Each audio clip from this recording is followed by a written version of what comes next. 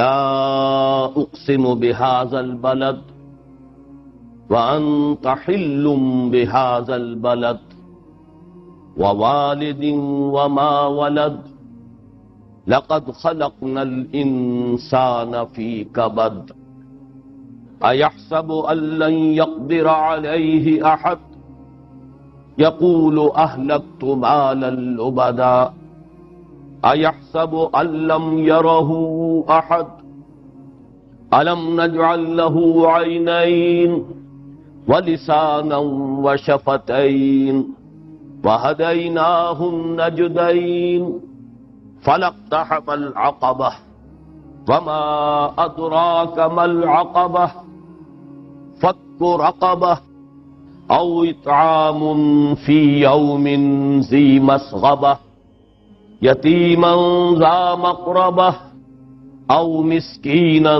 ذا متربة ثم كان من الذين آمنوا وتواصوا بالصبر وتواصوا بالمرحمة أولئك أصحاب الميمنة والذين كفروا بآياتنا هم أصحاب المشأمة عليهم نار مؤصدة صدق الله العظيم رب اشرح لي صدري ويسر لي امري واحلل عقدة من لساني يفقهوا قولي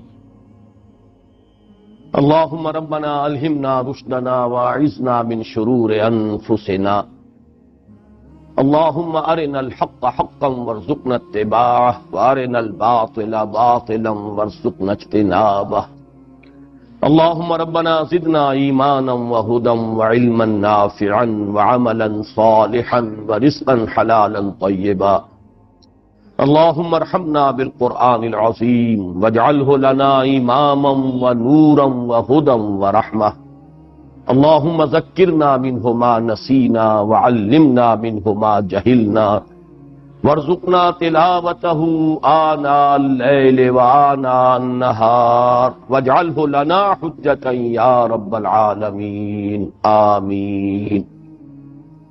جہاں تک سورہ فجر اور سورہ بلد کے مضامین کی جو باہمی مناسبت ہے میں کل عرض کر چکا ہوں، ان میں کیا کیا مضامین جو ہیں مشترک ہیں، چونکہ کل ہی درس دیا ہے میں زیادہ اب ان کو دہرانا نہیں چاہتا، صرف اس بات کی طرف اضافہ کروں گا کہ ایک تو قدر مشترک جو میں نے 3 گنوائی تھی ان میں اہم ترین کیا ہے؟ اہل عرب اور آس پاس کے لوگوں کا تہذیبی ثقافتی پس منظر، جس میں حج کو ایک بہت اہم مقام حاصل تھا، ان کا سالانہ جشن، اور ان کے اخلاق کی پستی اور دنات۔ لیکن تقابل کریں گے تو سورہ بلد میں اس پستی کے اندر بھی کہیں کہیں کوئی کرن روشنی کی، کوئی امید، ظلمات بعضها فوق بعض کی بجائے کوئی ملمے کی نیکی صحیح، چاہے سراب صحیح، کسراب بقیۃ یحسبہ الظمآن ماء، لیکن کچھ نہ کچھ نیکی کی بات تھی۔ وہاں اس کا انجام جو بیان کیا گیا فَيَوْمَئِذٍ لَا يُعَذِّبُ عَذَابَهُ أَحَدٌ وَلَا يُوثِقُ وَثَاقَهُ أَحَدٌ، سورہ بلد میں اختتام پر آئے گا وَالَّذِينَ كَفَرُوا بِآيَاتِنَا ہم اصحاب المشأمہ علیہم نار موصدہ۔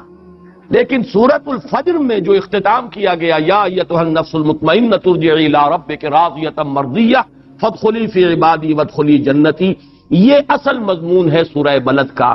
اس مقام کو حاصل کرنے کے لیے سلوک، طریقت، شریعت، راستہ، محنت، جد و جہد کون سی ہے؟ اب آئیے بسم اللہ الرحمن الرحیم۔ لا اقسم بہذا البلد، پہلی بات یہ نوٹ کر لیجئے کہ جتنی مشکل تھیں اقسام سورۃ الفجر کی، اتنی ہی آسان اور واضح اور معین اور مقسم علیہ کے ساتھ بہت ہی نمایاں مناسبت رکھنے والی قسمیں ہیں سورۃ البلد کی۔ یہ بھی ایک کنٹراسٹ نوٹ کر لیجئے۔ یہ تو میں نے نوٹ کرایا تھا وہ سب کے سب زمان سے متعلق ہیں، والفجر ولیال عشر والشفع والوتر واللیل اذا یسر، جبکہ یہاں جو ہے مقام اور مکان کا معاملہ آتا ہے، یہ تو میں نے کل نوٹ کرا دیا۔ اس وقت نوٹ کیجئے وہ مشکل ترین، اور اس میں کتنے کتنے اقوال، ان میں سے ہم نے چنا اور چن کر انہیں گوہرے دریائے قرآن سفتہ ان کو جو ہے ہم نے ڈور میں پرویا، لیکن یہاں بالکل واضح لا اقسم بہذا البلد، یہ لا جو ہے یہ لا منفصل ہے، متصل نہیں ہے، لا اقسمو اگر ایک لفظ مانیں گے اس کے معنی ہوگی میں قسم نہیں کھاتا. لا اقسمو نہیں میں قسم کھاتا ہوں، یہ علیحدہ ہے. یہ گویا کہ اور تاکید کے لیے تمہارا خیال غلط، تمہارے نظریات باطل، میں قسم کھاتا ہوں. اور یہ اسلوب قرآن میں بہت مرتبہ آ چکا ہے، بہت نمایاں. سورت کے شروع میں تو سورت القیامہ، لا اقسم بیوم القیامہ ولا اقسم بالنفس اللوامہ، ویسے درمیان میں بہت مرتبہ آ چکا ہے. سورہ واقعہ میں آیا ہے فلا اقسم بمواقع النجوم وانہ لقسم لو تعلمون عظیم. سورہ حاقہ میں آ چکا ہے فلا اقسم بما تبصرون وما لا تبصرون. سورہ انشقاق میں درمیان میں آ چکا ہے کلا والقمر کلا فلا اقسم بالشفق واللیل وما وسق والقمر اذا اتسق لترکبن طبقا عن طبق. تو یہاں پہ یہ لائے منفصل ہے جس کی مثالیں اور بھی ہیں. نہیں، میں قسم کھاتا ہوں اس شہر کی، اس بستی کی، اس میں کوئی اور رائے نہیں ہو سکتی کہ اس میں مراد مکہ ہے. مکہ مکرمہ، اس کی قسم سے بات شروع کی گئی. وَأَنْتَ حِلٌّ بِهَذَا الْبَلَدِ، اور اے نبی صلی اللہ علیہ وسلم، اس میں بھی کوئی اختلاف نہیں کہ یہاں پہ انتا میں خطاب محمد رسول اللہ سے. اے نبی آپ حلٌ کے مفہوم میں البتہ اختلاف ہے. آپ مقیم ہیں یا آپ حلال ہیں؟ اور پھر حلال کے بھی مفہوم دو لیے گئے، اس طرح تین مفہوم بن جائیں گے، وہ میں بعد میں بیان کروں گا. وَأَنْتَ حِلٌّ بِهَذَا الْبَلَدِ، آپ مقیم ہیں یا حلال ہیں اس شہر میں، اس بستی میں. یہ ہے کلام معترضہ، حرف عطف بعد میں آ رہا ہے. وَوَالِدٍ وَمَا وَلَدَ، اور قسم ہے والد کی اور جو اس نے جنا. قسم ہے جننے والے کی اور اس کی جو اس نے جنا. قسم ہے والد کی اور اولاد کی. یہ گویا کہ تیسری آیت کا ترجمہ ہوا. ان تینوں آیتوں کے بعد اب جو مقسم علیہ آیا ہے وہ بہت واضح ہے. لَقَدْ خَلَقْنَا الْإِنسَانَ فِي كَبَدٍ، ہم نے انسان کو پیدا کیا ہے مشقت میں، محنت میں، تکلیف میں. یہ انسان کا مقدر ہے، کوئی انسان اس سے مستثنا نہیں ہے. یہ قاعدہ کلیہ ہے، یہ رول ہے، یہ لا ہے. ہر انسان کے لیے اس دنیا کی زندگی میں، اس عالم خلق میں محنت ہے، مشقت ہے، تکالیف ہے. یہ میں بڑی تفصیل سے بیان کر چکا ہوں سورۃ الانشقاق میں.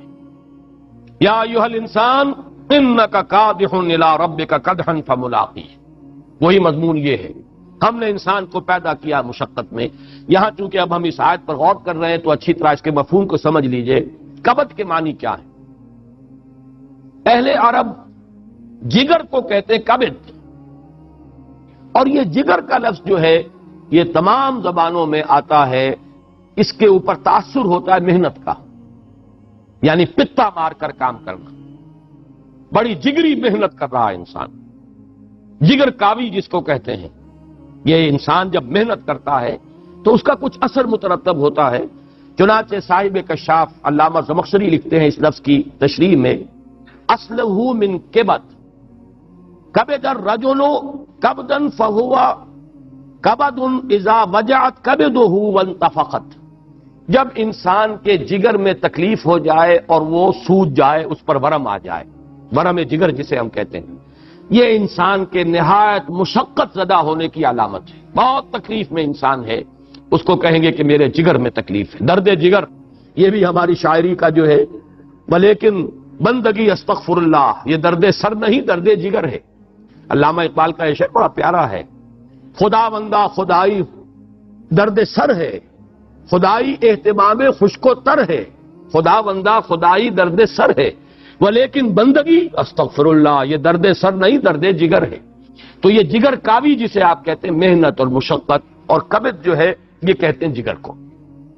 بلکہ میں نے کچھ اور اشعار آج نوٹ کیے ہیں. ایک شعر بہت ہی عمدہ ہے، بہت اونچا ہے، اور یہ ایک ہندی فلسفی کے فلسفے کا خلاصہ ہے جو اقبال نے پیش کیا ہے.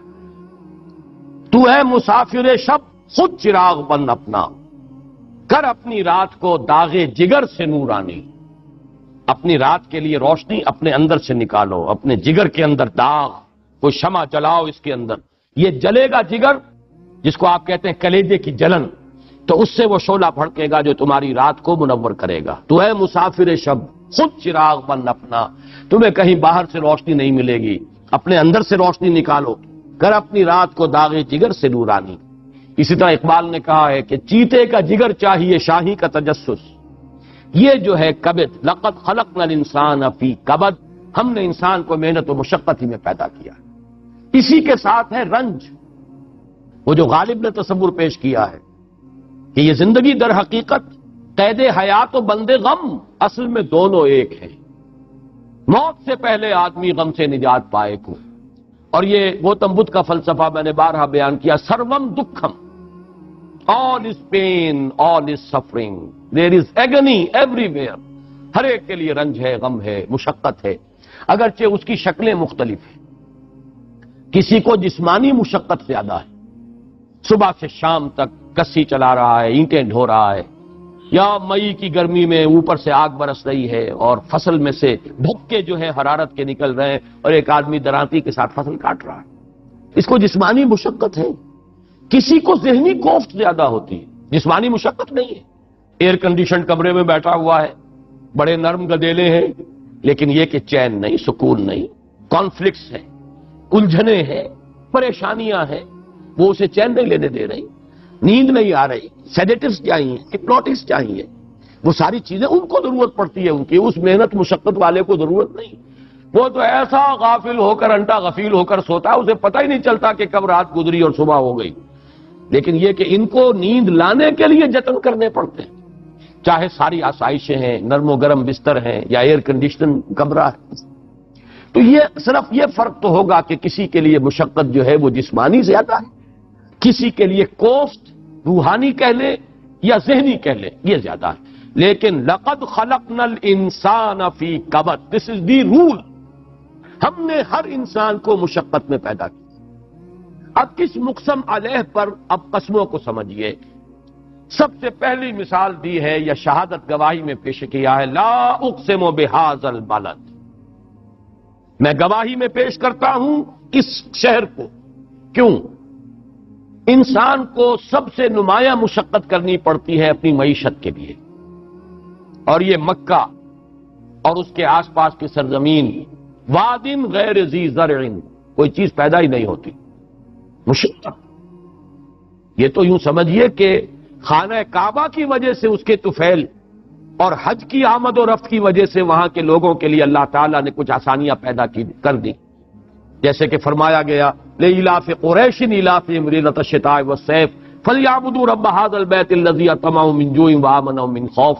ورنہ واقعی یہ کہ وہاں کی زندگی بڑی سخت زندگی، معیشت بڑی سخت، بڑی مشقت طلب معیشت۔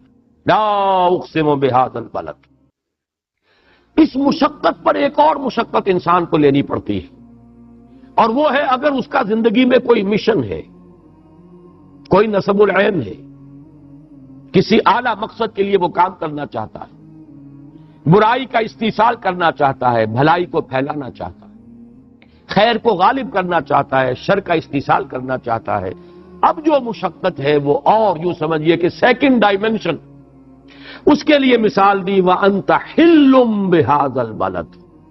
حل کا ایک مفہوم تو یہ ہے کہ اے نبی آپ اس شہر میں مقیم ہیں، اس معنی میں قرآن مجید میں یہ بہت مرتبہ لفظ آیا ہے عذاب الہی کے لیے، او تحل قریبا من دارہم، حل یحل بھی آتا ہے اور حل یحل بھی آتا ہے، فیحل علیکم غضبی ومن یحلل علیہ غضبی فقد ہوا، یہ سورہ طٰہٰ میں۔ تو کسی چیز کا نازل ہونا، اترنا، کہیں پر مقیم ہو جانا، اس کے لیے بھی حل کا لفظ آتا ہے، حل یحل یا حل یحل۔ انت حل بہذا البلد، آپ مقیم ہیں اس شہر میں۔ بعض حضرات نے اس معنی کو ترجیح دی ہے اس اعتبار سے کہ ان کے نزدیک مکے کی قسم بھی اللہ نے مکے کی عظمت کی وجہ سے کھائی ہے، اور پھر اس میں اضافہ ہے عظمت پر عظمت، محمد الرسول اللہ کا وجود، کہ آپ اس شہر میں مقیم ہیں۔ یہ تصور کہ قرآن مجید میں جن چیزوں کی قسم کھائی گئی ہے وہ عظمت کی حامل ہے، یہ در حقیقت بنیادی طور پر یہ خیال کوئی زیادہ مضبوط نہیں ہے، بلکہ میں نے کل جو حوالہ دیا تھا مولانا فراہی کی کتاب اقسام القرآن، اس میں بڑی تفصیل سے اس پر گفتگو ہے۔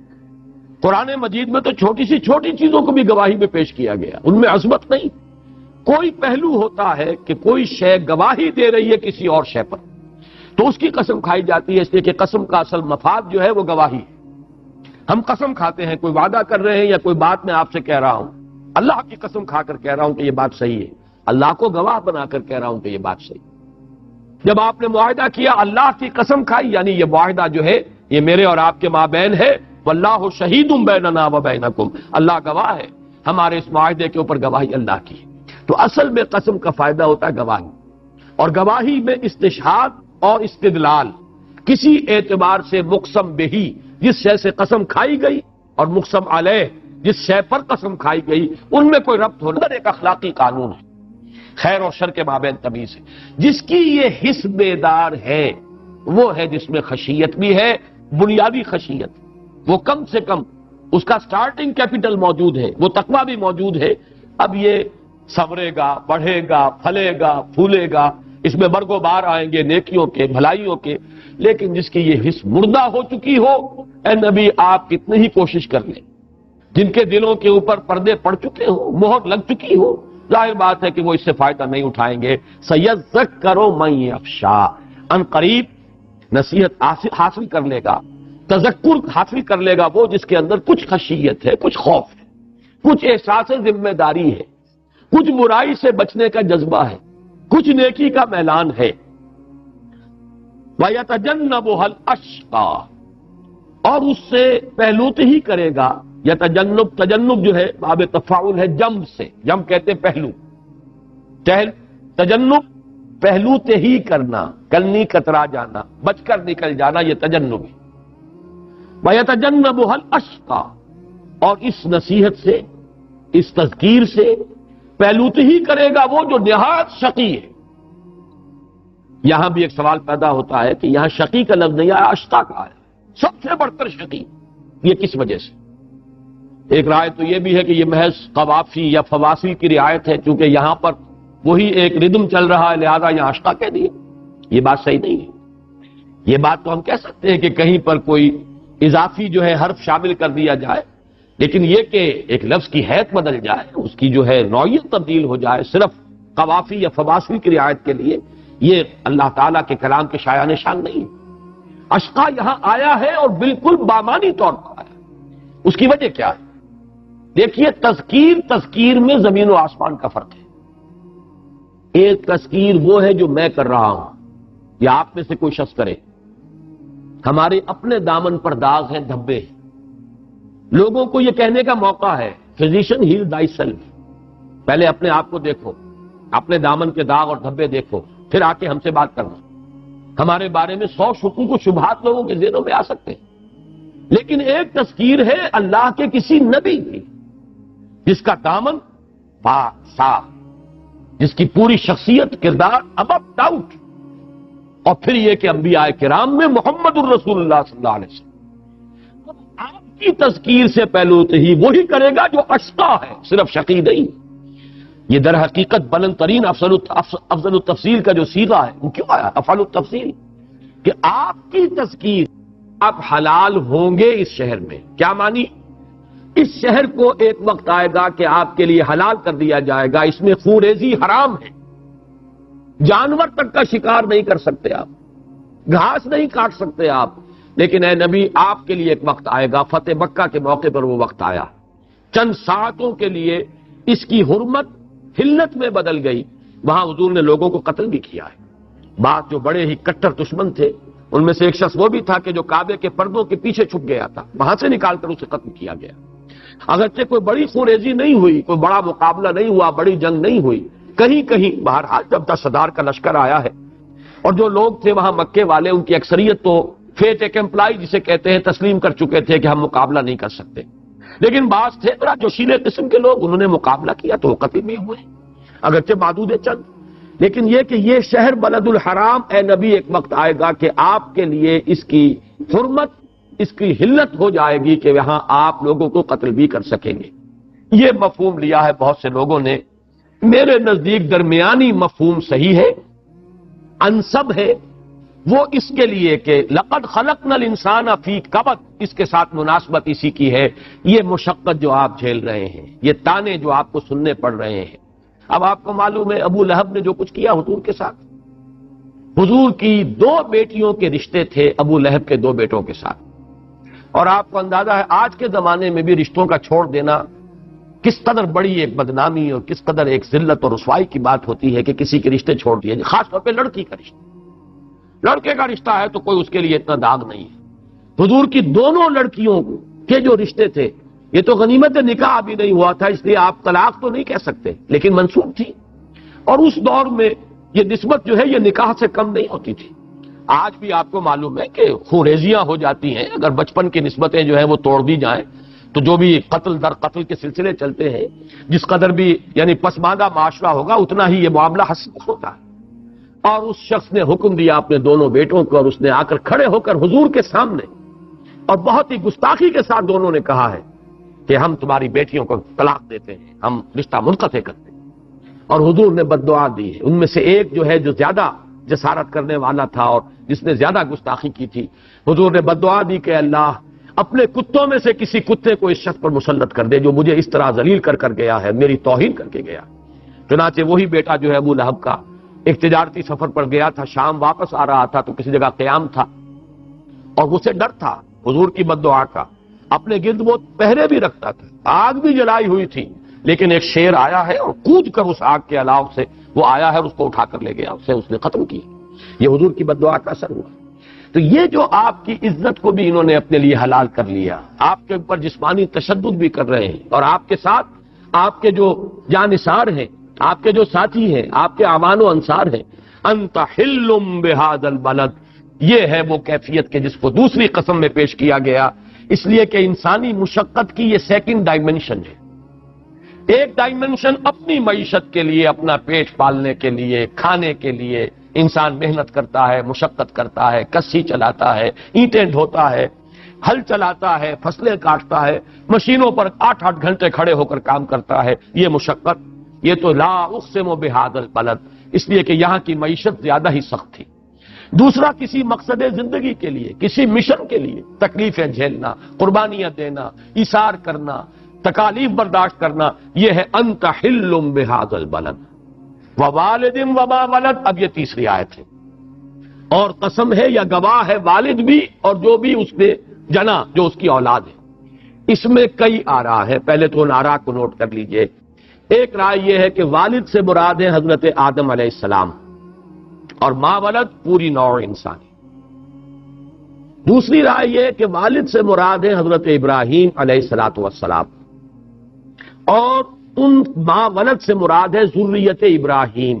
اور یہاں میں ایک بات آپ کو نوٹ کرا دوں، جو بات میں نے صرف اپنے گمان سے کہی تھی، وہ آج مجھے تفسیر کبیر میں امام رازی کے ہاں وہ بات مل گئی۔ اللہ کا فضل ہے، اللہ کا شکر ادا کر رہا ہوں۔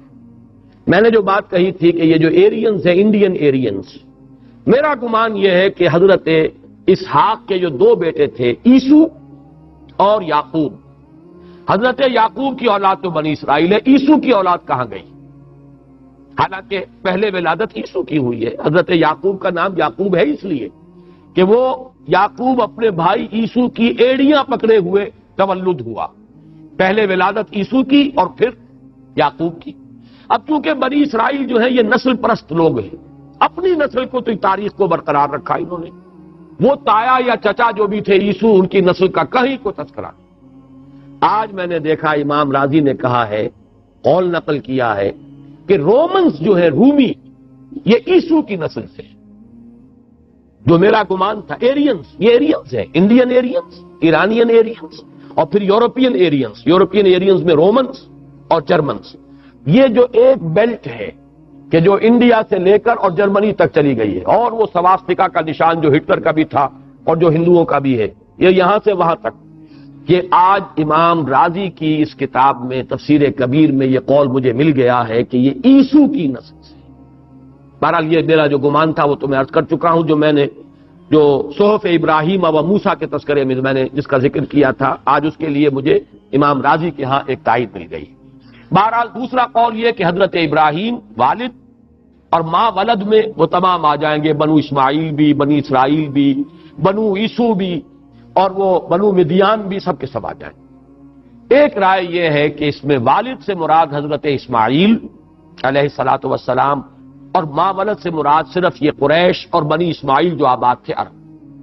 یہ تین آراء ہیں۔ چوتھی رائے جیسا کہ میں نے عرض کیا ہے تمام عام ہے، یہ ہر والد ہر والد ہر ولد۔ میں اس چوتھی رائے کو ترجیح دیتا ہوں۔ اس کی وجہ کیا ہے؟ یہ انسانی مشقت کی تھرڈ ڈائمنشن ہے۔ اپنا پیٹ پالنا، کہاں ایک کنبے کا پیٹ پالنا، اولاد کی پرورش انسانی مشقت کا ایک تیسرا گوشہ جو بہت ہی مشقت طلب ہے۔ اپنا پیٹ کاٹتا ہے انسان تو اولاد کو پالتا ہے، اپنی رات کی نیندیں حرام کرتا ہے تو اولاد کی پرورش ہوتی ہے۔ خاص طور پر ماں کا معاملہ، ماں تو یوں سمجھیے کہ اس کا وجود ہی اولاد کے لیے، اس کی پوری شخصیت جو ہے اولاد کے لیے، وہ تو پوری کی پوری سموچی انویسٹ ہو جاتی ہے اولاد کے اندر۔ لیکن باپ بھی اپنا پیٹ کاٹے گا تو اولاد کی پرورش کرے گا، اپنے اوپر مشقت زیادہ جھیلے گا۔ صرف اپنی بیوی کا پیٹ پال لینا ایسا مشکل نہیں ہے، لیکن اولاد، ان کا پیٹ پالنا، ان کی ضرورتیں فراہم کرنا، یہ تھرڈ ڈائمنشن ہے انسانی مشقت کی۔ لقد خلقنا الانسان فی کبد۔ اور اسی کا ایک دوسرا رخ بھی ہے، ماں ولد۔ بڑھاپے میں جا کر والدین جو ہیں وہ اولاد کے لیے ایک مشقت کا سبب بن جاتی، ذہنی مشقت، نفسیاتی مشقت، ان کی باتوں کو برداشت کرنا۔ زیادہ بوڑھے ہو جائیں تو جیسے کہ آپ کو معلوم ہے کہ زیادہ بوڑھا ہو کر انسان بچہ بن جاتا ہے، اس کی اسی طرح کی باتیں، اسی طرح کی خواہشات، اسی طرح کی فرمائشیں شروع ہو جاتی ہیں۔ یا پھر یہ کہ بہرحال وہ کم سے کم ایک طرح کا بوجھ تو بنتا ہے اپنی اولاد پر، جیسے کہ اولاد بوجھ بنتی ہے والدین پر ان کی جوانی میں، اسی طریقے سے والدین بوجھ بنتے ہیں اولاد پر، جسمانی اعتبار سے بھی، ذہنی اور نفسیاتی اعتبار سے۔ یہی وجہ ہے کہ آج ویسٹ کا معاشرہ جو ہے وہ والدین کو برداشت کرنے کو تیار نہیں۔ میاں بیوی سمجھتے ہماری آزادی میں خامخواہ حائل ہوتے، گھر کی ملکہ جو ہے وہ چاہتی ہے میرا حکم چلے، اور ساس بیٹھی ہوئی ہے تو وہ اپنا حکم چل پاتی ہے، لہذا انہیں اٹھا کر وہ اولڈ ہاؤسز جو ہے ان کے اندر ڈپازٹ کر دیتے ہیں، ان کو پھر کبھی سال میں ایک دفعہ جا کر دیکھا ہے تو دیکھا ہے، ورنہ سال کے اندر ایک مرتبہ بھی، کرسمس پر بھی والدین کو اپنی اولاد کی شکل دیکھنا نصیب نہیں ہوتا عام طور پر۔ یہ ان کے معاشرے کی جو ہے پستی کا عالم، اس لیے کہ صرف جسمانی مشقت نہیں، ذہنی مشقت بھی ہوتی ہے اولاد کے لیے، والدین جبکہ وہ بڑھاپے کی عمر کو پہنچ جائیں۔ یہی وجہ ہے کہ سورہ بنی اسرائیل میں فرمایا وَإِمَّا يَبْلُغَنَّ عِندَكَ الْكِبَرَ أَحَدُهُمَا أَوْ كِلَاهُمَا فَلَا تَقُل لَّهُمَا أُفٍّ وَلَا تَنْهَرْهُمَا وَقُل لَّهُمَا قَوْلًا كَرِيمًا۔ اگر ان میں سے ایک یا وہ دونوں تمہارے پاس بڑھاپے کی عمر کو پہنچ جائے تو دیکھنا ان کو اف تک نہ کہنا، ان کے دل پر جا کر لگتی ہے وہ بات، چوٹ لگتی ہے۔ کل یہ تھے پڑے ہوئے ہماری گود میں، نہ انہیں گندگی کا پتہ تھا، نہ پیشاب کا، نہ کسی اور شے کا، اس کے لیے بھی محتاج تھے کہ ہم صاف کریں تو صاف ہوں، اور آج یہ سینہ تان کر ہم سے بات کر رہے ہیں، ہماری بات کو ایسے رد کر رہے ہیں۔ یہ ایک نفسیاتی، جیسے بچپن میں اولاد والدین کے لیے صرف جسمانی مشقت نہیں، صدموں کا سبب بنتی۔ بچہ بیمار ہے، سوہان روح کون کس کو ہو رہا ہے؟ والدین کو ہو رہا ہے، خاص طور پہ ماں کو ہو رہا ہے۔ تو یہ ہے والدین وما ولد، یہ تھرڈ ڈائمنشن ہے لقد خلقنا الانسان فی کبد کی۔ یہ ہے جو کچھ میں سمجھا ہوں ان قسموں اور مقسم علیہ کے مابین ربط۔ لا اقسم بہذا البلد وانت حل بہذا البلد ووالد وما ولد لقد خلقنا الانسان فی کبد۔ اب آ رہا ہے وہ معاملہ کہ جس میں اب سورہ فجر کے ساتھ تقابل میں اس معاشرے کے اندر ساری پستی کے باوجود جو ذرا سی ملمے کی نیکی کی ایک کرن تھی۔ اَيَحْسَبُ أَن لَّن يَقْدِرَ عَلَيْهِ أَحَدٌ، کیا انسان یہ سمجھتا ہے کہ کوئی اس پر قابو نہ پا سکے گا؟ یہ تو گویا کہ اصل میں ایک تضاد دکھایا جا رہا ہے۔ انسان کو ہم نے اتنی مشقتوں میں ڈالا، پھر بھی اس کی سرکشی کا یہ عالم، اس کا تکبر، اس کا گھمنڈ، اس کا استغنا۔ اگر ہم نے دنیا میں آرام و آسائش اس کو دی ہوتی تو نہ معلوم اس کے تکبر کا کیا حال ہوتا، اعراض کا کیا حال ہوتا۔ ابھی تو یہ اس طریقے سے مشقتوں میں پڑے ہونے کے باوجود اس کی اکڑ، ابو جہل کی اکڑ اور فلاں کی اکڑ جو ہے اس کا ذرا مشاہدہ کرو۔ یہی بات سورہ شورى میں کی گئی ہے۔ اگر ہم انسان کے لیے دنیا میں رزق جو ہے فراواں کر دیتے، اپنے سارے خزانے کھول دیتے، وَلَوْ بَسَطَ اللَّهُ الرِّزْقَ لِعِبَادِهِ لَبَغَوْا فِي الْأَرْضِ، یہ سب کے سب بغاوت، سرکشی، طغیانی، ہر ایک ان میں سے ابو جہل بنا ہوا ہوتا، ہر ایک قارون اور فرعون بنا ہوتا پھر ہمارا تو نام لینے والا زمین پہ کوئی بھی نہ ہوتا. لیکن یہ کہ وَلَٰكِن يُنَزِّلُ بِقَدَرٍ عَلَىٰ مَا يَشَاءُ، ہم اللہ تعالیٰ جو ہے نازل فرماتا ہے اندازے کے مطابق، اپنے جو سٹورز ہیں جو انفائنائٹ ہیں ان میں سے ایشو کرتا ہے حساب کے مطابق، تاکہ انسان کو ملے. کبھی تنگی بھی آئے، تنگی میں تو ہماری طرف رجوع کرے گا، پکارے گا. یہ ہے وہ نقشہ جو یہاں کھینچا گیا. اس ساری سختی کے باوجود انسان جو ہے سرکشی اختیار کرتا ہے، تو کیا وہ سمجھتا ہے کہ کوئی اس پر قابو یافتہ نہیں ہے؟ اس کا کیا مطلب ہے؟ یہ وہی استفہام تقریری، اَیَحْسَبُ الْإِنسَانُ، کیا انسان یہ سمجھتا ہے؟ تو حقیقت میں اس کی جو ہے انکار مقصود ہے. نہیں، کوئی نہ کوئی ہستی ہے جو اس پر قابو یافتہ ہے. اب اگلی آیت ہے وہ کہ جس میں وہ کرن والی بات میں کر رہا ہوں، ملمے کی نیکی کی روشنی. یقول اہلکت مالا لبدا، کہتا ہے میں نے تو ڈھیروں مال لٹا دیا. اس کا سارا تعلق جو ہے اس حج ہی کے نظام کے ساتھ، جس کی قسمیں سورہ فجر میں آ چکی. ان کی ساری جو سخاوت تھی اور دریا دلی تھی وہ حج کے موقع پر آتی تھی. اس کے پس منظر کو سمجھ لیجئے. حج ان کی خوشحالی کا ذریعہ بھی تھا. خانہ کعبہ کی وجہ سے ان کے جو قافلے تھے محفوظ رہتے تھے، ان پر کوئی حملہ نہیں ہوتا تھا. ایسٹ ویسٹ ٹریڈ کی مونوپلی جو انہیں حاصل ہوئی وہ اسی وجہ سے ہوئی. حاجی جب آتے تھے قربانیاں دیتے تھے، وہ گوشت تھا جو ان کو ملتا تھا. چڑھاوے چڑھاتے تھے، وہ خزانہ ان کا بھرتا تھا. اس سے باقاعدہ جو ہے یہ بیت اللہ کا خزانہ تھا، جس خزانے میں جیسے کہ سومناتھ کے مندر کے اندر نہ معلوم کتنے زر و جواہر تھے کہ جو پھر جب توڑا ہے اس بت کو محمود غزنوی نے تو نہ معلوم کتنے زر و جواہر اور سیم و زر لے کر گیا ہے. اسی طرح یہاں بھی بڑا خزانہ تھا، اور ابو لہب خزانچی تھا اس کا، اور مشہور تھا اس معاشرے میں کہ اس نے غزال زرین، کسی شخص نے کبھی آ کر سونے کا بنا ہوا ایک ہرن غزال زرین اس نے وہاں پر نظر کے طور پر پیش کیا، اور یہ اس نے چرا لیا. یہ مشہور تھا، چور ہے یہ غزال زرین کا، اس نے چرایا ہے وہ جو سونے کا بنا ہوا جو ہرن تھا، جو چڑھایا تھا کسی چڑھانے والے نے کعبے پر، وہ اس نے چرا لیا. تو یوں سمجھ لیجئے کہ ان کے لیے خوشحالی کا ذریعہ بھی ہے، لیکن اسی موقع پر وہ اپنی دریا دلی اور سخاوت کا مظاہرہ کرتے تھے اور اس میں مقابلہ کرتے تھے. بلکہ یہ بات نوٹ کر لیجئے، اہم ہے. مولانا اصلاحی صاحب نے بہت صحیح پس منظر بیان کیا ہے. سورہ بقرہ میں جو آیت آئی ہے، یسألونک عن الخمر والمیسر قل فیہما اسم کبیر ومنافع للناس واسمہما اکبر من نفعہما. تو یہ جو اس میں شراب اور جوئے کو جمع کیا گیا ہے، یہ کس وجہ سے؟ حج کے موقع پر وہ یہ کرتے تھے کہ جو بڑے سردار ہوتے تھے، 100 اونٹ ذبح کر دو، 100 اونٹ ذبح ہو. اب گوشت کے ڈھیر لگا لیتے تھے، اس پر جوا کھیلتے تھے، اور اس گوشت کے جوئے کو پھر وہ تقسیم کر دیتے تھے. جس نے گین کیا، لو بھائی اب غریبوں میں تقسیم کر دو. یہ ان کا اپنی دریا دلی، اپنی سخاوت، اپنی بہادری، اپنے داؤ لگانے کی وسعت، اس کا مظاہرے کا مقابلہ ہوتا تھا کہ کون اس میں کتنا آگے جاتا ہے. یہ مقابلے ہوتے تھے، اور اسی کے لیے وہ میں نے ابو جہل کا قول آپ کو سنایا تھا کہ بنو ہاشم نے کھانے کھلائے، ہم نے ان سے بڑھ کر کھلائے. انہوں نے فیاضیاں کی، ہم نے ان سے بڑھ کر کی. انہوں نے سخاوت کا اظہار کیا، ہم نے ان سے بڑھ کر کیا. یہ مقابلہ تھا. اب ظاہر بات ہے جو لوگ یہ کام کر رہے ہوں اور وہ اصل روح نیکی موجود نہ ہو، اصل ایمان باللہ نہیں ہے، اصل آخرت کا ایمان نہیں ہے، یہ سب ریاکاری کی نیکی ہے. یہ صرف اپنی دولت مندی کے اظہار کا ذریعہ ہے.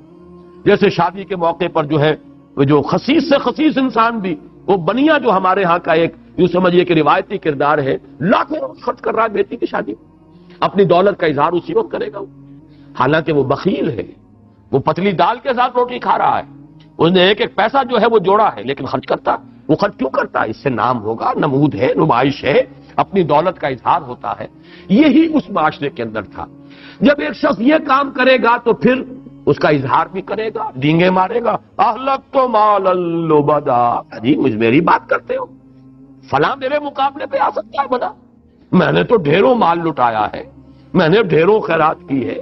آج آپ کہیں گے میں نے اتنا بڑے فاؤنڈیشن قائم کیے ہیں، میں نے اتنے یتیم خانے جو ہے قائم کر دیے ہیں، میں نے اس طرح کا اولڈ ہاؤس جو ہے بوڑھوں کے لیے قائم کر دیا ہے، میرا لنگر ہر وقت چلتا رہتا ہے، غریب آتے ہیں.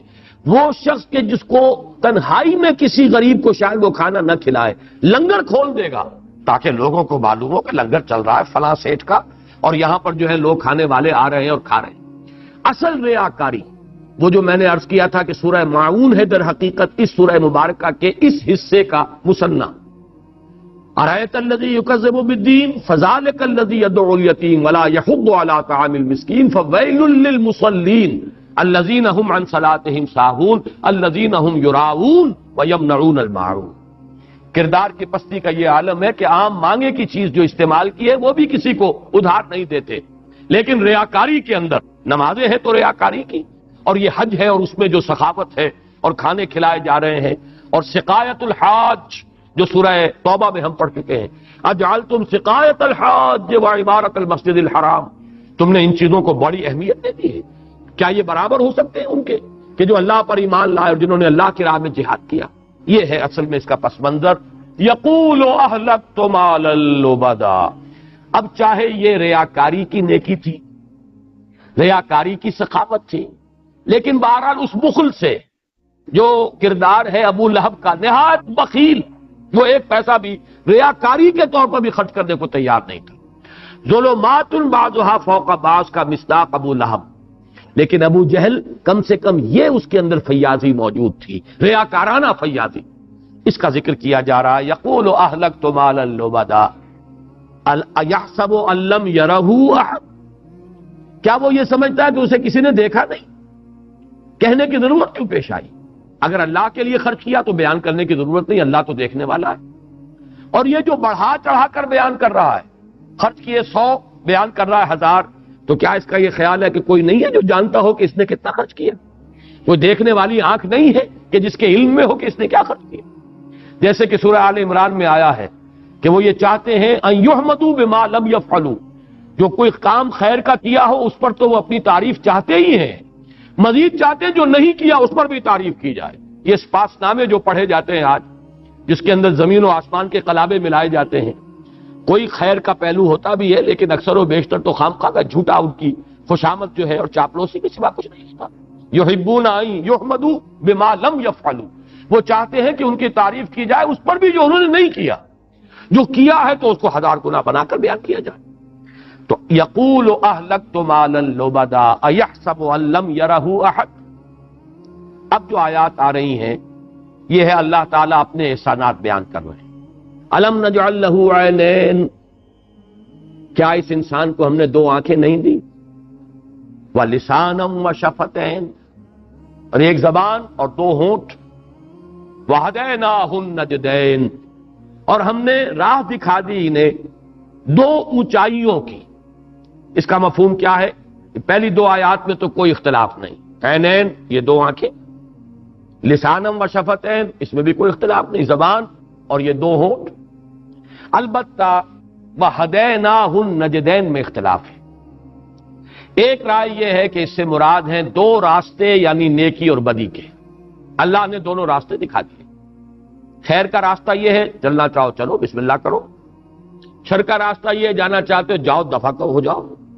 دونوں تمہیں چوائس دے دیے گئے ہیں، دکھا دیے ہم نے تمہیں، یہ راستہ خیر کا ہے یہ شر کا ہے۔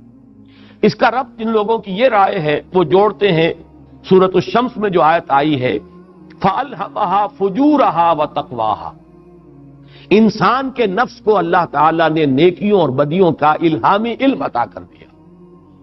انسان کو معلوم ہے کیا خیر ہے کیا شر ہے، کیا نیکی ہے کیا بدی ہے، کیا بھلائی ہے کیا برائی ہے، کیا گڈ ہے کیا ایول ہے۔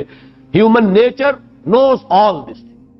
یہ اس جہاں تک اس آیت کا تعلق ہے یہی مفہوم میں بھی سمجھتا ہوں کہ اس سے مراد ہے، لیکن اس جگہ پر میرے نزدیک دوسرا مفہوم، اور یہ بھی سلف میں موجود ہے، یہ بھی کوئی میری ایجاد نہیں ہے بلکہ یہ کہ سلف میں قوی رائے ہے، میرا صرف انتخاب اور اختیار ہے۔ اس سے مراد ہے ماں کی چھاتیاں، 2 ابھار۔ نج اصل میں کہتے ہیں سطح مرتفع، جیسے ہمارے ہاں پلیچوز کہلاتے ہیں، یہ پوٹھوہار کا پلیچو ہے اور یہ بلوچستان کا ہے سطح مرتفع، اور ہندوستان میں دکن کی سطح مرتفع ہے اونچا ابھار۔ نجد کا علاقہ جو ہے جو جزیرہ نماء عرب میں وہ بھی اونچا ہے، جبکہ حجاز ایک دیوار کے مانند حائل ہے، پہاڑی سلسلہ، اور پھر ویسٹ آف حجاز جو ہے تہامہ، وہ نیچی زمین ہے، میدانی زمین ہے، ساحلی زمین ہے۔ تو نجدین سے مراد ایک لی گئی ہے جسے میں ترجیح دے رہا ہوں کہ اس سے مراد ہیں ماں کی دو چھاتی. اور اس میں اب ربط کیا قائم ہوا؟ یہ جو میں عرض کر چکا ہوں سورۃ الاعلی میں، سبح اسم ربک الاعلی الذی خلق فسوی والذی قدر فہدی، یہ در حقیقت ہدایت خدابندی کے مراحل ہیں. اللہ نے انسان کو آنکھیں دی، کان دیے، یہ اس کے لیے ہدایت کے حصول کا ایک راستہ ہے. کھول آنکھ، زمین دیکھ، فلک دیکھ، فضا دیکھ، مشرق سے ابھرتے ہوئے سورج کو ذرا دیکھ. Observe, listen and then infer ان السمع والبصر والفؤاد کل اولئک کان عنہ مسئولا. نمبر 2 فیکلٹی جو انسان کو دی ہے، بڑی ٹاپ کی فیکلٹی، علمہ البیان، اس میں یہ لسان اور شفتین، وَلِسَانًا وَشَفَتَيْن، یہ ہے وہ سپیچ کی فیکلٹی، علمہ البیان، اس کا ذریعہ یہ ہونٹ ہے اور زبان ہے. نمبر 3 وہ جبلی ہدایت جو لے کر انسان آتا ہے اس دنیا کے اندر. انسان کا بچہ ٹریننگ لے کر آیا ہے، گویا کہ انسان کا بچہ پیدا ہوتے ہی وہ ماں کے چھاتی کو اپنے منہ میں لے گا اور چوسے گا. کہیں سے سیکھ کر آیا، کسی نے سکھایا ہے، جبلی ہدایت ہے یہ. خاص طور پر چونکہ انسانوں میں تو یہ فنومینن اتنا نظر نہیں آتا، شرم و حیا کی وجہ سے مائیں اپنے بچوں کو دودھ پلاتی ہیں تو ڈھانپ کر.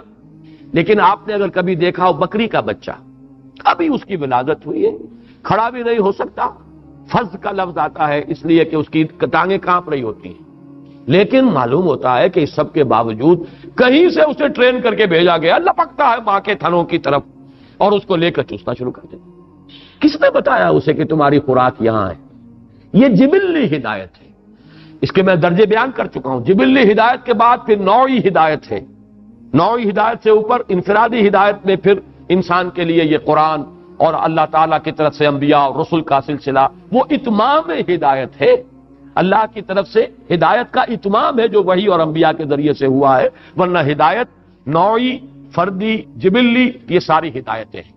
تو یہ رائے بھی سلف میں موجود ہے اور میں نے اسی کو اختیار کیا ہے. اللہ تعالیٰ نے ان سب کو بیان کر کے فرمایا فَلَقْتَحَمَ الْعَقَبَةَ، لیکن انسان نہ گھس سکا گھاٹی میں. عقبہ بھی کہتے ہیں، جیسے نجد کہتے ہیں کسی اونچے مقام کو، عقبہ کہتے ہیں کسی اونچے مقام پر درا، گھاٹی، تنگ گھاٹی. 2 پہاڑ ہیں، ایک ادھر ایک ادھر، ان کے درمیان تنگ راستہ ہے، وہ عقبہ ہے. اور یہی عقبہ کا لفظ آپ نے پڑھا ہوگا سیرت میں، بیعت عقبہ اولا، بیعت عقبہ ثانیہ. بدقسمتی سے اب وہ عقبہ موجود نہیں رہا، وہ گھاٹی ختم ہو گئی. میں نے سن 70 میں اس گھاٹی کا جو ہے مشاہدہ بھی کیا، اور وہی گھاٹی تھی بڑی تنگ، جہاں جمرہ عقبہ ہے. جو لوگ حج پر جائیں اس سال وہ نوٹ کریں گے، جہاں وہ بڑا وہ ہے شیطان عقبہ، جمرہ عقبہ، اس کے اگر عرفات کی طرف رخ کر کے کھڑے ہو جائیں مشرق کی طرف تو بائیں ہاتھ، اور مکے کی طرف رخ کر کے کھڑے ہو مغرب کی طرف تو دائیں ہاتھ. ایک بڑی سی پہاڑی تھی، اس پہاڑی کے پیچھے یہ درہ تھا عقبہ. اسی درے میں 6 صحابی ملے تھے انصاری، جنہوں نے حضور پر ایمان لائے سن 11 نبوی میں، یا سن 10 کا اختتام ہو سکتا ہے، واللہ عالم. اگلے سال وہ آئے تو ان 6 میں سے ایک نہیں آیا، 5 آئے، لیکن 7 اور آئے، 12 تھے جنہوں نے بیعت کی، بیعت عقبہ اولا. پھر ان کے ساتھ حضرت مصعب بن عمیر کو بھیجا گیا اور حضرت عبداللہ ابن ام مکتوم کو بعد میں بھیجا گیا. ان 2 کی دعوت و تبلیغ سے اگلے سال 72 مرد اور 3 عورتیں آ گئے، اور پھر انہوں نے بیعت کی، بیعت عقبہ ثانی. یہ گھاٹی اب ختم ہو گئی ہے، مینا کو چوڑا کر رہے ہیں چونکہ حاجیوں کی تعداد بہت زیادہ ہو گئی ہے، تو وہ پہاڑی اڑا دی گئی بالکل. اب وہ گھاٹی جو ہے اب اس کا کوئی نشان نہیں ہے. البتہ جہاں بیعت ہوئی تھی وہاں ترکوں نے اپنے زمانے میں ایک مسجد بنا دی تھی، بڑے خستہ حالات میں وہ مسجد ابھی تک تو تھی. میں جو ابھی پچھلے سال بھی ہو کر آیا ہوں تو میں نے وہ مسجد دیکھی ہے، بہت خستہ اور گندگی اس میں پڑی ہوئی ہے، اس لیے کہ سعودی مزاج جو ہے، نجدی مزاج، وہ ان یادگاروں کے بہت خلاف ہے، دشمن ہیں ان کے. اور اس کی ایک وجہ بھی ہے کہ عام لوگ جو حالات جو ہیں وہ جہاں کر مشرکانہ حرکات وہاں جا کر کرتے ہیں، اس لیے انہوں نے تو اکثر و بیشتر نشانات جو ہیں یہ مٹائی دیے. لیکن وہ مسجد اس وقت تک بچی ہوئی تھی، اس پر کتبہ بھی لگا ہوا تھا، بڑے قدیم قسم کے خط میں ہے یہ، کوفی خط میں. بہرحال وہ عقبہ کا لفظ میں بتا رہا ہوں، اونچی گھاٹی. یہاں وہ لفظ بیان کیا گیا، انسان گھاٹی کو پار نہ کر سکا، عبور نہ کر سکا. معلوم ہوا کہ انسان کے سلوک یا خیر کی طرف آگے بڑھنے میں کوئی باٹل نک ہے، درمیان میں کوئی گھاٹی ہے، اوکھی گھاٹی۔ یہ مجھے یاد آ جاتا ہے ہمیشہ، اس لیے کہ جس زمانے میں ہم جماعت اسلامی میں تھے، طالب علمی کا دور تھا، تو یہ عبداللہ شاکر صاحب غالباً ابھی تک بقید حیات ہیں، یہ پنجابی شاعر تھے تحریک اسلامی کے۔ تو ان کی جو نظمیں تھی، بڑی مشہور نظمیں، جو کسی زمانے میں نے باقاعدہ ترنم کے ساتھ بھی پڑھ کر، حالانکہ پنجابی تو میری مادری زبان نہیں ہے، لیکن وہ زمانہ کارکنیت کا تھا، پڑھتے تھے ٹانگوں میں بیٹھ کر جب الیکشن ہوا ہے، اور لاؤڈ سپیکر پہ وہ نظمیں پڑھتے تھے۔ ایک نظم کے اندر جو ان کا ترجیحی بند آتا تھا، اوکھی کاٹی مشکل پینڈا عشق دیا اسواراں دا، یعنی یہ کی گناہ سی مودودی تے مودودی دے یاراں دا، یعنی مولانا مودودی مرحوم اور ان کے ساتھی اس وقت جیل میں تھے، تو کیا گناہ انہوں نے کیا تھا، کیوں انہیں جیل میں ڈالا گیا؟ اس وقت انہوں نے یہ نظم کہی تھی کہ عشق کے مسافر جو ہیں ان کی گھاٹی بڑی مشکل ہے، اور بہت مشکل پینڈا، اوکھی کاٹی، وہ اوکھی گھاٹی ہے یہ، فلق تحمل عقبہ، انسان نہ گھس سکا یا نہ پار کر سکا، صحیح لفظ کا مفہوم ہے گھس ہی نہیں سکا، نہ گھس سکا گھاٹی میں۔ وما ادراک ما العقبہ، اور کیا تم سمجھے وہ گھاٹی کون سی ہے؟ کیا وہ کوئی پہاڑی درہ ہے؟ نہیں، یہ انسانی نفسیات کی گھاٹی ہے۔ انسان کی روحانی ترقی کے راستے میں یہی سب سے بڑی رکاوٹ، یہی باٹل نیک ہے، اس سے گزر گئے تو بیڑا پار ہو جائے، لیکن یہی رہ جاتا ہے آدمی، اسی کو نہیں عبور کر پاتا۔ اور وہ گھاٹی کیا ہے؟ فک رقبۃ، کسی گردن کا آزاد کرا دینا۔ فا کاف، کاف کے معنی ہوتا ہے کھولنا، علیحدہ کر دینا، جیسے گرہ لگی ہوئی ہے کھول دیا، اسی سے انفکاک ہے، جزو لا ینفک، کسی شے کا ایسا حصہ جو اس سے علیحدہ نہ کیا جا سکے، جزو لا ینفک۔ تو ہے فک و رقبۃ، کوئی غلام تھا، اس کی گردن میں غلامی کا پھندا پڑا ہوا تھا، آپ نے اس کی گردن کو آزاد کرا دیا۔ او اطعام فی یوم ذی مسغبہ، یا کھانا کھلانا ہے فاقے کے دن میں، بھوک کے دن میں، جبکہ قحط کا عالم ہو، اپنی جان کے لالے پڑے ہوں۔ اگر عام دن ہے، آپ کے کھتے بھرے ہوئے ہیں، تب آپ نے کوئی لنگر کھول دیا، کھلا دیا، کوئی بات نہیں۔ جب قحط کا عالم ہے، خود آپ کو اندیشہ ہے کہ میرے سٹورز جو ہیں وہ ختم ہو رہے ہیں، میرے اور میرے اپنے گھر والوں کے لیے بھی جو ہے لالے پڑ جانے والے ہیں، پھر بھی اگر فی یوم ذی مسغبہ، فاقے کے دن میں اور بھوک کے دن میں اور قحط کے عالم میں اگر وہ کھانا کھلاتا ہے، کس کو کھلاتا ہے؟ یتیمن ذا مقربہ، یتیم کو جو قرابت دار بھی ہے، یعنی یتیم ویسے تو ہر یتیم مستحق ہے، آپ اس کی سرپرستی کریں، اس کی خیر خواہی کریں، اس کا اکرام کریں، کلا بل لا تکرمون الیتیم، سورۃ الفجر میں اس کے تقابل میں آ رہا ہے۔ لیکن یتیم قرابت دار ہو، آپ کا حقیقی بھتیجا ہو، بھانجا ہو، قریبی رشتہ دار ہو، یتیمن ذا مقربہ او مسکینن ذا متربہ، یا مسکین ہے، محتاج ہے، اور مسکین کا جو اصل مادہ ہے، یہ مسکنت جو ہے، اس کے مفہوم کیا ہے؟ انسان ہار جائے، کم ہمتی اس کے اوپر طاری ہو جائے۔ ایک شخص غریب ہے لیکن ہمت اس کی جوان ہے، وہ محنت کر رہا ہے، مشقت کر رہا ہے، اپنی روزی خود پیدا کر رہا ہے۔ ایک شخص دیکھنے میں ہٹا کٹا ہے لیکن اعصابی طور پر کھوکھلا ہے، قوت ارادی مزمحل ہو چکی ہے، لہذا وہ مسکین ہے بےایمانہ کہ اس کی قوت ارادی جو ہے وہ مزمحل ہو چکی ہے، وہ اپنی معاش خود پیدا نہیں کر پا رہا اور وہ دستے سوال دراز کر رہا ہے دوسروں کے سامنے۔ تو مسکنت کہتے ہیں بے چارگی کا عالم، جبکہ انسان کو جو ہے قدرت حاصل نہ رہے۔ او مسکینن ذا متربہ، یا مسکین محتاج ہے جو خاک میں رل رہا ہے، مٹی میں مل رہا ہے، جس کا حال جو ہے وہ یہ ہے کہ زمین میں جیسے کہ کوئی شے مل جائے، اسی طریقے سے وہ مسکین جو ہے خاک آلود ہے یا خاک نشین ہے، ذا متربہ۔ یہ ہے جس کو اب آپ انسانی ہمدردی کہیں گے، اور انسانی ہمدردی میں اپنا مال خرچ کر سکتے، یہ باٹل نیک ہے۔ یعنی باٹل نیک کیا ہے؟ مال کی محبت، تحبون المال حبا جما، یہ ہے اصل باٹل نیک۔ تمہاری بریک یہ لگی ہوئی ہے، گاڑی نہیں چل سکتی، کتنا ہی آپ تھروٹل جو ہے دے لیں، گاڑی نہیں چلے گی، بریک لگی ہوئی، یہ بریک کھولو گے تو گاڑی چلے گی۔ اس باٹل نیک میں سے گزرو گے تو اب خیر اور بھلائی اور روحانی ترقی کے راستے کھل جائیں گے۔ یہ گھاٹی عبور کرو گے تو آگے چلو گے۔ یہ مضمون ہے اصل میں. اب میں یہاں 3 حوالے دے کر گزر جانا چاہتا ہوں. ہمارے منتخب نصاب کے یہ حوالے ہیں. سب سے پہلے منتخب نصاب میں حصہ اول کا جو درس دوم ہے، نیکی کی حقیقت. نیکی کی روح کیا ہے؟ ایمان. وَلَٰكِنَّ الْبِرَّ مَنْ آمَنَ بِاللَّهِ وَالْيَوْمِ الْآخِرِ وَالْمَلَائِكَةِ وَالْكِتَابِ وَالنَّبِيِّينَ. لیکن مظہر اول اور اہم ترین جو اس کا مظہر ہے، وَآتَ الْمَالَ عَلَىٰ حُبِّهِ ذَوِي الْقُرْبَىٰ وَالْيَتَامَىٰ وَالْمَسَاكِينَ وَابْنَ السَّبِيلِ وَالسَّائِلِينَ وَفِي الرِّقَابِ وَأَقَامَ الصَّلَاةَ وَآتَى الزَّكَاةَ. حیران کن بات یہ ہے کہ وہاں نماز کو بھی بعد میں لائے ہیں، حالانکہ وہ عماد الدین، دین کا ستون ہے.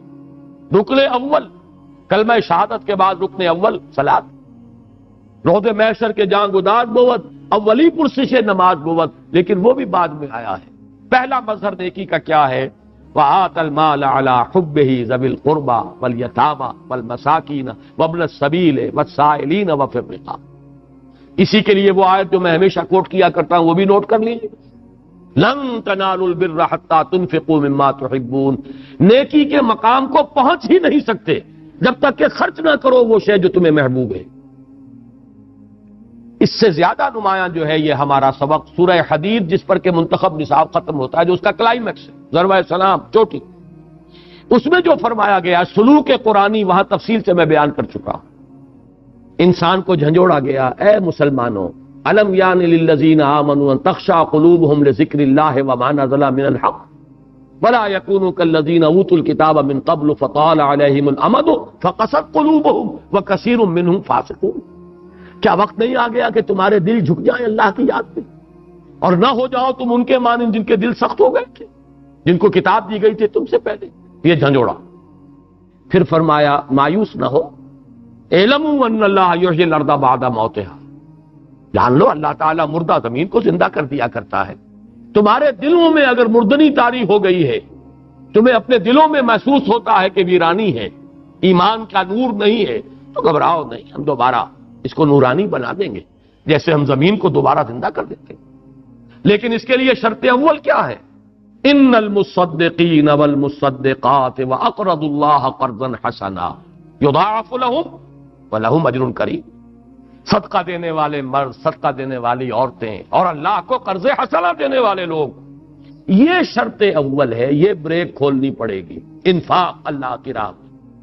اور اس کے بعد فرمایا والذین آمنوا باللہ ورسلہ اولئک هم الصدیقون والشہداء شہداء عند ربہم. اب جو لوگ اس بریک کو کھول کر صدقہ اور انفاق اور اللہ کو قرض حسنہ دینے کی اس تنگ گھاٹی اس کو عبور کر کے پھر اگر ایمان لائیں اور پھر وہ اللہ پر اس کے رسولوں پر ایمان لائیں تو مقام صدیقیت بھی کھلا ہے، پہنچ جاؤ. مقام شہادت، مرتبہ شہادت بھی کھلا ہے، پہنچ جاؤ. یعنی بریک کھل جائے تو اب گاڑی چلے گی. اب مقام صدیقیت تک، مقام شہادت تک کوئی روک ٹوک نہیں، آگے بڑھ جاؤ. اور یہ ہے اصل مقام جو یہاں پر بیان کیا گیا، گھاٹی. یہ گھاٹی ہے، یہ مشکل ہے. میں نے وہ جو میرا کتابچہ ہے سورۃ العصر پر، اس میں جو میری تحریر ہے اس میں سورۃ التین اور سورۃ العصر کا تقابل کیا ہے اور حضرت مسیح کا ایک قول وہاں نقل کیا ہے. انہوں نے بھی وہ تنگ گھاٹی کا تصور دیا ہے، وہ اپنے تمثیل کے پیرائے میں فرماتے ہیں اس راستے سے داخل ہو جو تنگ ہے اور جس میں داخل ہونے والے کم ہیں، اس لیے کہ وہی تمہیں فراخی کی طرف لے جائے گا. شروع میں تنگی ہے، باٹل نیک ہے، آوان و انصار نہیں ہے. بدا الاسلام غریباً وسیعود کما بدا.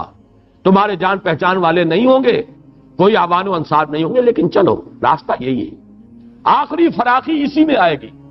اور اس راستے میں، اس دروازے میں داخل نہ ہو جو بہت کشادہ ہے، جس پر چلنے والے بھی بہت ہیں. اس لیے کہ میں تم سے صحیح کہتا ہوں کہ بالآخر وہ تنگی کو لے جائے گا. وہ فراخ راستہ جو آئندہ جا کر فراخ ہو جائے گا، شروع میں گھاٹی ہے، سخت گھاٹی، مشکل گھاٹی، چڑھائی چڑھنا مشکل، اس گھاٹی میں سے گزرنا مشکل. وہ کیا ہے؟ انفاق، اللہ کی راہ میں مال کا خرچ کرنا، غریبوں، یتیموں، مسکینوں، ان کے لیے صرف کرنا، غلاموں کو، مقروضوں کو ان کے قرض سے نجات دلانا، اپنا مال خرچ کرنا. فک رقبۃ او اطعام فی یوم ذی مسغبۃ یتیما ذا مقربۃ او مسکینا ذا متربہ. اور اس میں نوٹ کر لیجئے تیسری سورت جو اب آئے گی اگلے ہفتے کا جو دوسرا سبق ہے، سورۃ اللیل میں بھی مقام صدیقیت تک پہنچانے والی جو راہ ہے، اس کی شرط اول کیا ہے؟ فَأَمَّا مَنْ أَعْطَىٰ وَاتَّقَىٰ وَصَدَّقَ بِالْحُسْنَىٰ۔ پہلا قدم ہے اعطاء، عطا، جود، سخاوت، اور جو شقاوت کی طرف لے جانے والا راستہ ہے اس کا پہلا قدم کیا ہے؟ وَأَمَّا مَنْ بَخِلَ وَاسْتَغْنَىٰ وَكَذَّبَ بِالْحُسْنَىٰ۔ بخل، مال کی محبت، یہ ہے جو شقاوت کے درجے تک پہنچا دے گی، اور اگر سخاوت ہے اور اپنا مال غریبوں اور یتیموں پر خرچ کرنے کی استعداد ہے اللہ کی رضا جوئی کے لیے، یہ ہے جو مقام صدیقیت تک پہنچا دے گی۔ فَلَقْتَحَمَ الْعَقَبَةَ وَمَا أَدْرَاكَ مَا الْعَقَبَةُ فَكُّ رَقَبَةٍ أَوْ إِطْعَامٌ فِي يَوْمٍ ذِي مَسْغَبَةٍ يَتِيمًا ذَا مَقْرَبَةٍ أَوْ مِسْكِينًا ذَا مَتْرَبَةٍ ثُمَّ كَانَ مِنَ الَّذِينَ آمَنُوا وَتَوَاصَوْا بِالصَّبْرِ وَتَوَاصَوْا بِالْمَرْحَمَةِ۔ بہت اہم مقام ہے یہ، ایک تو اس اعتبار سے کہ یہاں لفظ ثم کیوں آیا۔ جدید دور کے مفسرین میں سے اکثر نے اس کی طرف توجہ ہی نہیں کی، کوئی اہمیت ہی نہیں دی۔ ثم کیوں؟ ثم تراخی کے لیے آتا ہے، اس میں کوئی شک ہی نہیں۔ فا جو ہے وہ کئی معنی میں استعمال ہوتا ہے، لیکن ثم تراخی یعنی کسی شے کے بعد کوئی شے ہونا۔ ثم کان من الذین آمنوا وتواصوا بالصبر وتواصوا بالمرحمہ، اس گھاٹی میں سے نکل آؤ، پھر شامل ہو جاؤ ان لوگوں میں جو ایمان لائے اور جنہوں نے باہم ایک دوسرے کو وصیت کی، صبر کی، اور باہم ایک دوسرے کو وصیت کی، ایک دوسرے پر رحم کرنے کی، مرحمت کی۔ یہ سما اس اعتبار سے سورہ حدید کے اس مقام کے ساتھ تقابل کیجئے۔ پہلے ہے انفاق، ان المصدقین والمصدقات واقرضوا اللہ قرضا حسنا، پھر ہے والذین آمنوا باللہ ورسلہ اولئک هم الصدیقون والشہداء عند ربہم۔ یہاں اس ربط کو واضح کیا ثم۔ اگر کسی شخص میں بخل ہے، مال کی محبت ہے، تو ایمان بھی لے آئے گا تو عبداللہ ابن ابی بنے گا۔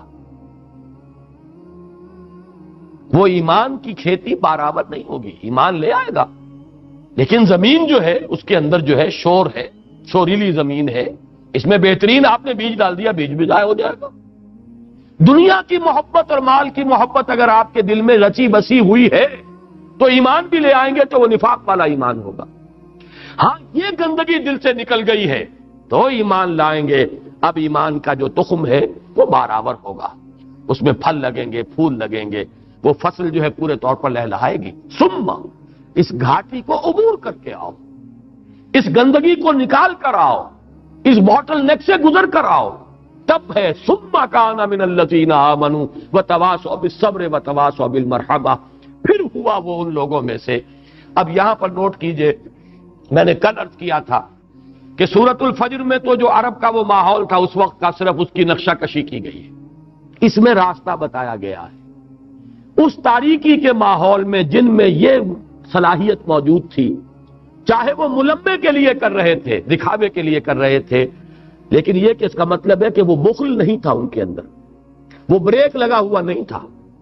اگر وہ ایمان لے آئے تو جیسا کہ آپ کو معلوم ہے اب وہ ایمان برابر، لیکن ایمان لانا صرف انفرادی طور پر معاشرے کو نہیں بدلے گا، ایک اجتماعیت، ایک جماعت، ایک اجتماعیت کا جزو بن جانا، ایک اکیلا دو گیارہ۔ اس لیے یہاں یہ نہیں فرمایا ثم آمنا، بلکہ یہ کہ ثم کان من الذین آمنوا، پھر وہ ان میں شامل ہوا۔ جمعیت جب تک نہیں ہوگی، جماعت جب تک نہیں ہوگی، اجتماعی جدوجہد جب تک نہیں ہوگی، معاشرہ نہیں بدل سکتا۔ اکیلا چنا جو ہے بھاڑ کو نہیں پھوڑ سکتا۔ اپنی اصلاح کرو، اپنا بریک کھولو، اپنے دل کو مال کی محبت کی نجاست سے پاک کرو، پھر شامل ہو جاؤ ان میں جو ایمان لائے ہیں اور جو تواصی بالحق اور تواصی بالصبر یا تواصی بالصبر اور تواصی بالمرحمہ کا فریضہ تر انجام دے رہے ہیں۔ اس سے معاشرے کی تطہیر ہوگی، اس سے حالات کے اندر انقلاب آئے گا، اس سے ماحول تبدیل ہو جائے گا۔ یہ پورا راستہ ہے کہ جو اس ایک آیت کے اندر بیان کر دیا گیا۔ اگر واحد کا صیغہ آتا تو اس کے اندر یہ مفہوم پیدا نہ ہوتا۔ اس اعتبار سے نوٹ کیجئے کہ یہ آیت جو ہے یہ سورۃ العصر کی تیسری آیت کے مشابہ ہے۔ یہ تواصو کی تکرار قرآن میں ایک ہی دوسرا مقام ہے، وَالْعَصْرِ إِنَّ الْإِنسَانَ لَفِي خُسْرٍ إِلَّا الَّذِينَ آمَنُوا وَعَمِلُوا الصَّالِحَاتِ وتواصوا بالحق وتواصوا بالصبر۔ اسی طریقے سے وتواصوا بالصبر وتواصوا بالمرحمہ یہاں پر تکرار آئی ہے۔ اب میں اس میں ظاہر بات ہے کہ سورۃ العصر پر میرا کتابچہ بھی موجود ہے اور الحمدللہ مجھے اطمینان ہے کہ وہ تمام بنیادی حقائق کو بڑی جامعیت کے ساتھ اس نے اپنے اندر سمیٹ لیا ہے، سمو لیا ہے، لہذا میں اس کی تشریح میں نہیں جاؤں گا۔ تقابل البتہ کر لیجئے سورۃ العصر کا اور اس کا، ترتیب مختلف ہے یہاں، وہاں پہلے ایمان، پھر عمل صالح، پھر تواصی بالحق، پھر تواصی بالصبر، چار افعال، لیکن چار میں ترتیب الا الذین آمنوا وعملوا الصالحات وتواصوا بالحق وتواصوا بالصبر۔ یہاں ترتیب کیا ہے؟ عمل صالح مقدم کر دیا گیا۔ عمل صالح کیا ہے؟ فک رقبۃ او اطعام فی یوم ذی مسغبۃ یتیما ذا مقربۃ او مسکینا ذا متربہ ثم کان من الذین آمنوا۔ یہاں عمل صالح متقدم ہے ایمان پر، اسی طریقے سے وہاں صبر کی وصیت بعد میں ہے اور حق کی وصیت پہلے ہے، یہاں پر اس کو بھی الٹ دیا، وتواصوا بالصبر وتواصوا بالمرحمہ۔ مرحمہ کیا ہے؟ اس لیے کہ فی اموالہم حق معلوم للسائل والمحروم، فی اموالہم حق للسائل والمحروم، یہ جو خرچ کرنا ہے غریبوں پر، یتیموں پر، مسکینوں پر، یہ ان کا حق ہے۔ اگر تمہارے پاس زائد ہے، ضرورت سے زائد ہے، بچت ہو گئی ہے، تمہارے پاس جو ہے گندم موجود ہے اور کوئی غریب پڑوسی ہے جس کے پاس نہیں ہے، اس کا حق تمہارے استعمال۔ تو تواصی بالحق کی یہ شکل تواصی بالمرحمہ کی صورت میں یہاں آئی ہے۔ فرق صرف یہ ہے کہ ترتیب جیسے عمل صالح کو متقدم کر دیا گیا ایمان پر، ایسے ہی تواصی بالصبر کو متقدم کر دیا گیا ہے تواصی بالمرحمہ پر۔ باقی مضمون وہی ہے جو سورۃ العصر کا ہے، راستہ تو ایک ہی ہے، سلوک ایک ہی ہے، لیکن یہ کہ ترتیب بدل گئی۔ الا الذین آمنوا وعملوا الصالحات، یہاں عملوا الصالحات مقدم، فک رقبۃ او اطعام فی یوم ذی مسغبۃ یتیما ذا مقربۃ او مسکینا ذا متربہ ثم کان من الذین آمنوا۔ وہاں تواصی بالحق پہلے، تواصی بالصبر بعد میں، یہاں تواصی بالصبر پہلے، تواصی بالمرحمہ بعد میں، اور تواصی بالصبر پہلے اس اعتبار سے زیادہ مناسب نظر آ رہا ہے۔ یہاں اپنے اندر صبر ہوگا تو مال خرچ کر سکیں گے دوسروں کے لیے، اپنی انسان اپنی تمناؤں کو کم کرے گا، اپنی آرزوؤں کو، اپنی خواہشات کو، جیسے کہ وہ حالی کا بڑا پیارا شعر ہے، ذوف پیری بڑھ گیا، جوش جوانی گھٹ گیا، اب عصا بنوائیے نخل تمنا کاٹ کر۔ نخل تمنا کاٹیں گے تو پیری کے لیے، بڑھاپے کے لیے عصا بنے گا۔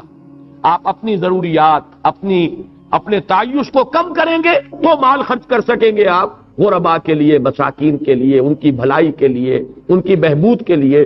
تو گویا کہ تواصی بالصبر ایک اعتبار سے متقدم بن گیا تواصی بالمرحمہ پر۔ بہرحال یہ ہے راستہ، پہلے تو انفرادی راستہ اور پھر اجتماعی راستہ۔ برے سے برے ماحول میں جس کا نقشہ کھینچا گیا ہے کہ کلا بل لا تکرمون الیتیم ولا تحاضون علی طعام المسکین وتاکلون التراث اکلا لما وتحبون المال حبا جما۔ اس پس منظر میں بھی خیر کا ایک راستہ ہے، جو بھی اس کے لیے تیار ہو پہلے اپنے اندر سے حب مال کو نکالیں، خرچ کریں، لگائیں، صرف کریں، انفاق کریں، صدقہ دیں، اللہ کی راہ میں لگائیں، اور پھر ایمان کا بیج اپنے اندر ڈالیں۔ پہلے سے مسلمان ہیں، مومن ہیں، لیکن اب شعوری طور پر ایمان کا پودا دوبارہ لگائیں تاکہ یہ پوری طریقے سے برآور ہو، اس میں پھل لگے اور اس میں پھول آئیں۔ یہ کیفیت ثم کان من الذین آمنوا، اور پھر یہ اجتماعیت کی شکل، یہ انفرادیت جو ہے وہ کافی نہیں ہے، بنو اس جماعت کی شکل اختیار کرو، شامل ہو جاؤ ان لوگوں میں۔ ثم کان من الذین آمنوا وتواصوا بالصبر وتواصوا بالمرحمہ۔ بس اب یہ صورت ختم ہو رہی ہے۔ اولئک اصحاب المیمنہ، یہ لوگ ہیں داہنے والے یا برکت والے۔ یمن کہتے ہیں برکت کو اور یمین کہتے ہیں داہنے ہاتھ کو۔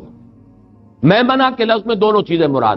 داہنے والے ایک تو یہ ہے کہ جو اللہ کے نیک بندے ہوں گے میدان حشر میں عرش خداوندی کے داہنی طرف ان کو کھڑا کیا جائے گا، نمبر 2 ان کے داہنے ہاتھوں میں اعمال نامہ دیا جائے گا. پھر یہی بابرکت ہے، یمن بھی انہی کے پاس، داہنے ہاتھ میں نامہ اعمال بھی ان کے پاس. اولئک اصحاب المیمنہ، یہ ہیں بابرکت لوگ، یہ ہیں جن میں یمن ہے، سعادت ہے، خیر ہے، بھلائی ہے. ان کا خیر معاشرے میں متعدی ہوتا ہے، بھلائی سے معاشرہ بھلا بنتا ہے. اولئک اصحاب المیمنہ، پھر یہی ہوں گے کہ قیامت میں میدان حشر میں ان کے داہنے ہاتھ میں اعمال نامہ ہوگا.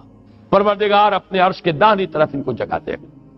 والذین کفروا بآیاتنا، آپ دیکھیے تقابل کر لیجئے، سورہ فجر کا اکثر و بیشتر حصہ کفار کے ذکر پر مشتمل تھا.